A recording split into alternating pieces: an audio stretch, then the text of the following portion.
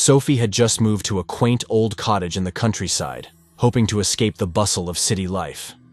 The village was small, with only a handful of people living nearby, but it had a certain charm. The locals were friendly enough, though some warned her about the house she had bought. "You've bought that place?"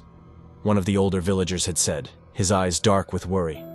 Strange things happen there after midnight. Sophie had laughed it off, attributing their concerns to small-town superstition. She didn't believe in ghosts or haunted houses, and the cottage was exactly what she was looking for. Quiet, isolated, and surrounded by beautiful nature. The first few nights were peaceful, filled with the sounds of the forest outside her window and the soft creaking of the old house settling into the earth. But then, things began to change. It started with small things. Sophie would leave her keys on the kitchen counter, only to find them in the living room hours later. Doors that she was certain she had closed would be slightly ajar. She told herself it was just the wind or her own forgetfulness, but soon it became impossible to ignore. One night, around 2 a.m., Sophie was woken by a sound, a light tapping, as if someone was knocking on the window of her bedroom. Her heart raced as she lay still, listening. The sound continued, steady and deliberate. She slowly sat up and glanced toward the window. In the dim moonlight, she could just make out the silhouette of a figure standing outside, their face hidden by the darkness. A chill ran down her spine. Her cottage was in the middle of nowhere. No one should have been outside her window, especially not at that hour. She gathered the courage to get out of bed and peek through the curtains. But when she looked, the figure was gone. The only thing outside was the thick fog rolling across the garden, illuminated by the pale moonlight. Shaken, Sophie went back to bed, telling herself it had been a trick of the light, or maybe just an animal brushing against the window. But sleep didn't come easily, and for the rest of the night, she couldn't shake the feeling that she wasn't alone. The next night, the knocking came again, this time louder, more insistent. Sophie sat up in bed, her heart pounding. The figure was back, standing closer to the window now, its shape clearer in the moonlight. It was tall, impossibly tall, and it stood unnaturally still, as if waiting for something. Sophie grabbed her phone and dialed the local police, but by the time they arrived, the figure had vanished once again. The officers searched the area, finding no signs of anyone having been there. They assured her it was probably just someone passing through, maybe a prankster, but Sophie knew something was wrong. No one could have disappeared that quickly without a trace.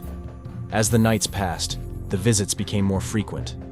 The figure would appear at different windows, always watching, but never coming closer. Sophie began locking all the doors and windows, but it made no difference.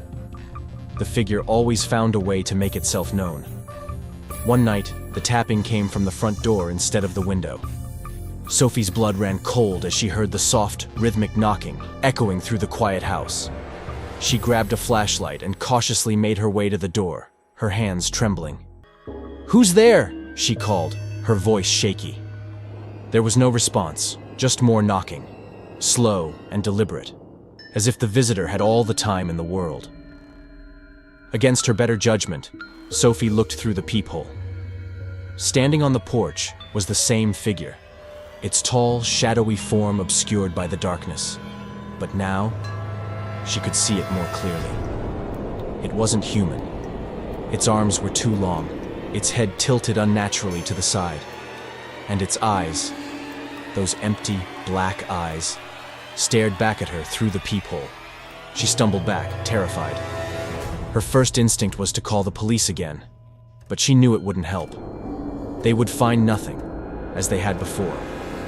Instead, she ran to her bedroom and locked the door, her heart pounding in her chest. The knocking continued, louder now, as if the thing outside was growing impatient. "Go away!" she screamed, but the knocking only grew louder, more frantic. Suddenly, it stopped. Silence filled the house, thick and oppressive. Sophie sat on her bed, her body tense, waiting for something, anything, to happen. But all she heard was the deafening sound of her own heartbeat. After what felt like hours, she finally got the courage to unlock her bedroom door. The house was eerily quiet, Slowly, she made her way to the front door, every creak of the floorboards sending a jolt of fear through her. When she reached the door, she hesitated before looking through the peephole again. The figure was gone. Relief washed over her, but it was short-lived.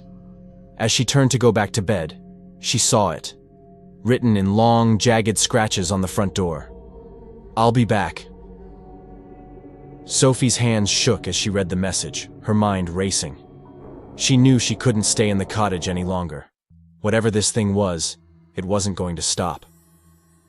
The next morning, she packed up her things and left the cottage, never looking back. She didn't tell anyone about the figure or the message. It was too unbelievable. But deep down, she knew the truth. Whatever had been knocking on her door wasn't human, and one day, it would find her again.